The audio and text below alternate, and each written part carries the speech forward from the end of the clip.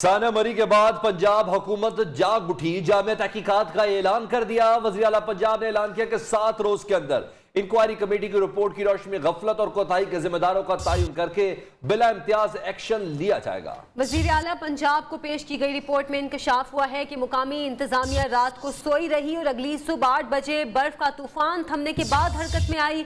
سڑکیں ٹوٹی پھوٹی ہیں، برف ہٹانے والی مشینری بھی بروقت متحرک نہ ہوئی۔ سانحہ مری کے بعد وزیر اعلیٰ پنجاب عثمان بزدار ان ایکشن۔ مری واقعے پر شہر اقتدار میں بڑا اجلاس، انتظامی غفلت پر سخت برہم۔ وزیر اعلیٰ کا مری کا فضائی دورہ اور حالات کا جائزہ لیا۔ حکومت کا سوگوار خاندانوں کو تنہا نہ چھوڑنے کا اعلان۔ وزیر اعلیٰ پنجاب کے حکم پر جاں بحق افراد کے لواحقین کو 8 لاکھ فی کس مالی امداد دی جائے گی۔ مری کو اب ضلع کا درجہ دیا جائے گا۔ 2 نئے تھانے بنیں گے۔ سنی بینک اور جھیکا گلی میں 2 پارکنگ پلازے بنائے جائیں گے، جہاں سے شٹل سروس کے ذریعے سیاحوں کو مال روڈ تک لایا جائے گا۔ غیر قانونی تعمیرات گرا دی جائیں گی۔ ریسکیو 1112 کے عملے کو ٹریل بائکس اور وائرلیس سیٹ دیے جائیں گے۔ سردار عثمان بزدار نے برف باری سے متاثرہ علاقے گھڑیال کا 3 گھنٹے دورہ کیا۔ گنجائش سے زیادہ گاڑیوں کی آمد پر شدید اظہار برہمی کیا۔ اوور چارجنگ کرنے والے ہوٹلوں کے خلاف کارروائی کا حکم بھی دے دیا۔ ادھر وزیر اعلیٰ کو پیش تحقیقاتی رپورٹ میں انکشاف ہوا ہے کہ مری اور ارد گرد کے علاقوں میں 2 برسوں میں سڑکوں کی مرمت نہیں کی گئی۔ گڑھوں میں پڑنے والی برف سخت ہونے کے باعث ٹریفک کی روانی میں رکاوٹ بنی۔ برف ہٹانے کے لیے ہائی وے کی مشینری بھی موجود نہ تھی۔ برف ہٹانے والی مشینری کے ڈرائیورز بھی بروقت موقع پر نہ پہنچ سکے۔ بجلی نہ ہونے کے باعث سیاحوں نے ہوٹلوں کو چھوڑ کر گاڑیوں میں رات گزارنے کو ترجیح دی۔ حکومت پنجاب نے سانحہ مری کی تحقیقات کے لیے 4 رکنی کمیٹی قائم کر دی۔ کمیٹی کے کنوینر ایڈیشنل چیف سیکرٹری ظفر نصر اللہ ہوں گے۔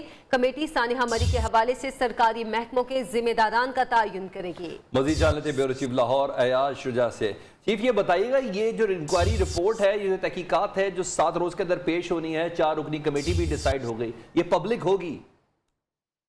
جی بالکل سلمان، یہ جو انکوائری کمیٹی تشکیل دی گئی ہے، یہ سب سے پہلے اپنی انکوائری رپورٹ جو ہے یہ وزیر اعلیٰ پنجاب کو پیش کرے گی۔ کمیٹی سانحہ مری کے حوالے سے سرکاری محکموں کے ذمہ داران کا تعین بھی کرے گی۔ کمیٹی تحقیق کر کے کہ محکمہ سے موسمیات کی سخت پابندی کے باوجود سرکاری دورے کوئی مشترکہ لائحہ عمل کیوں تیار نہیں کیا گیا، اس کے بارے میں ایک رپورٹ دے گی۔ کمیٹی تحقیقات کرے گی کہ میڈیا پر مری آنے سے روکنے کے لیے کوئی وارننگ کیوں نہیں دی گئی۔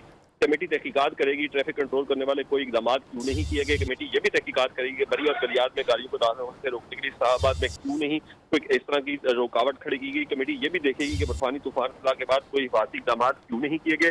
جب وزیر اعلیٰ پنجاب کو یہ رپورٹ پیش کی جائے گی تو وزیر اعلیٰ پنجاب اس کا فیصلہ کریں گے کہ یہ انکوائری رپورٹ پبلک کرنی ہے یا نہیں، اور اس میں جو ذمہ داران ٹھہرائے جائیں گے ان کے خلاف کیا کارروائی کی جائے گی۔ جی بہت شکریہ بیورو چیف۔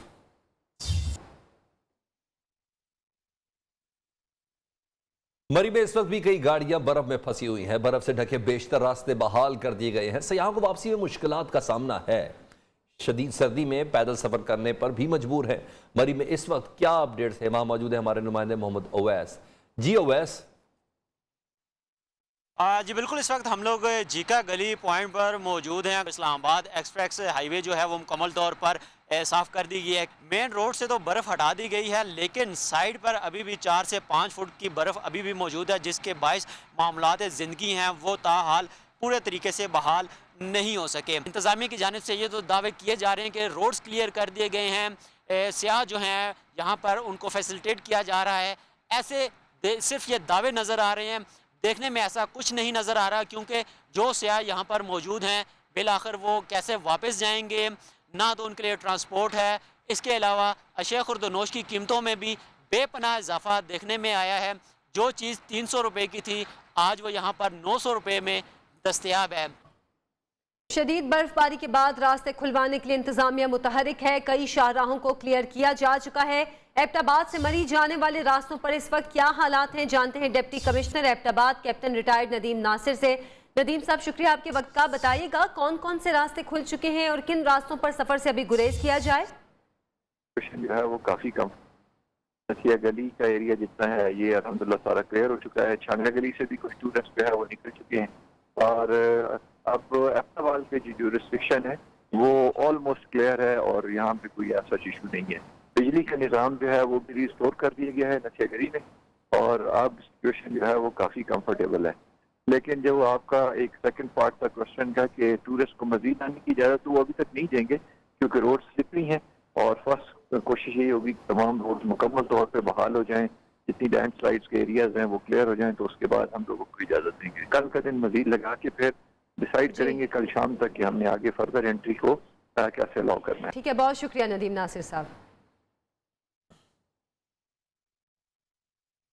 فوج نے سول اداروں کے ساتھ مل کر مری میں تمام مرکزی سڑکیں کھول دی ہیں. کلڈنا باڑیاں شاہراہ بھی مکمل کھول دی گئی ہے اور اب رابطہ سڑکیں کھولنے پر توجہ دی جا رہی ہے. پاک فوج، فضائیہ، F C, ranger, rescue 1122، NHA اور دیگر سول ادارے دن رات امدادی کاموں میں مصروف. آخری شہری کو بحفاظت نکالنے تک آپریشن جاری رہے گا. آرمی چیف کا حکم.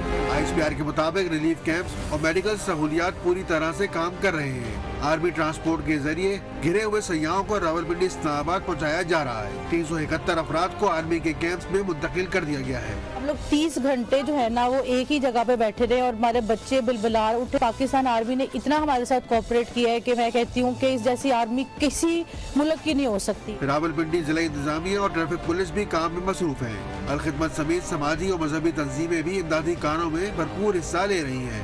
NDMA کے چیئرمین لیفٹیننٹ جنرل اختر نواز کے مطابق مرکزی شاہراہوں سے برف کو ہٹا دیا گیا ہے. سانحہ مری میں جاں بحق افراد کی نماز جنازہ ان کے آبائی علاقوں میں ادا منو مٹی تلے جا سوئے. اسلام آباد پولیس کے ASI نوید اقبال اور ان کی فیملی کے جاں بحق دیگر 7 افراد کی نماز جنازہ تحصیل تلا گنگ میں ان کے آبائی گاؤں دودیال میں ادا کی گئی. راولپنڈی کری روڈ صادق آباد کے ایک ہی گھر کے 6 افراد کی نماز جنازہ ادا ہوئی. کوئی سیاسی رہنما جنازے میں شریک نہیں ہوا. مردان کے رہائشی 4 دوستوں کی نماز جنازہ بھی ادا. جنازہ گاہ تک کلمہ شہادت کی صدائیں بلند ہوتی رہیں. لاہور کے ظفر اقبال اور محمد معروف کو بھی سپرد خاک کر دیا گیا.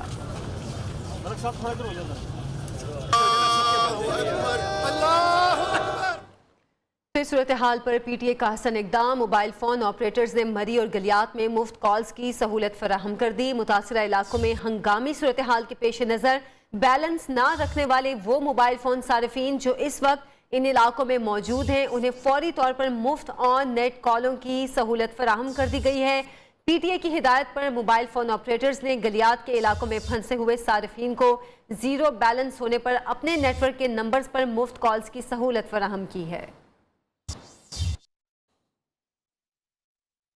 سیاحوں کے لیے اسلام آباد کے راستے مری اور گلیات جانے کے لیے پابندی مزید 24 گھنٹے برقرار رہے گی. وزیر داخلہ شیخ رشید احمد کا کہنا ہے کہ مری اور ملحقہ علاقے کے رہائشیوں کو صرف شناختی کارڈ دکھا کر گزرنے کی اجازت دی جائے گی. صورتحال کا مسلسل جائزہ لے رہے ہیں. دوسری جانب chairman NDMA lieutenant general Akhtar Nawaz نے کہا کہ مری کی مرکزی شاہراہوں سے برف کو ہٹا دیا گیا ہے. تاہم بھاری برف باری کی وجہ سے سڑکوں پر پھسلن اور دونوں طرف سے برف تاحال موجود ہے.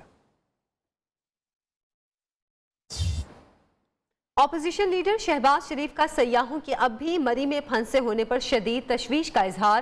کہا مری سانحے کے بعد یہ ثابت ہو گیا کہ ملک میں حکومت نام کی کوئی چیز نہیں. سانحہ اس بات کا ثبوت ہے کہ ملک پہ صرف نالائکی، نااہلی، بے حسی اور ظلم مسلط ہے. پھنسے سیاحوں کے خاندان مضطرب اور پریشان ہیں. ریسکیو اور ریلیف کے اقدامات میں یکجائی لائی جائے. پھنسے مسافروں کی رہائش اور خوراک کے انتظامات کے علاوہ محفوظ گھروں کو واپسی یقینی بنائی جائے. نون لیگ اور پیپلز پارٹی کی حکومت مخالف تحریک چلانے کے لیے بڑی منصوبہ بندی. ذرائع کے مطابق کل چیئرمین پیپلز پارٹی بلاول بھٹو اور اپوزیشن لیڈر شہباز شریف بیٹھک جمائیں گے. دونوں رہنماؤں کی ملاقات اسلام آباد میں ہوگی. حکومت کو ٹف ٹائم دینے کے لیے دونوں جماعتیں اہم فیصلے کریں گی.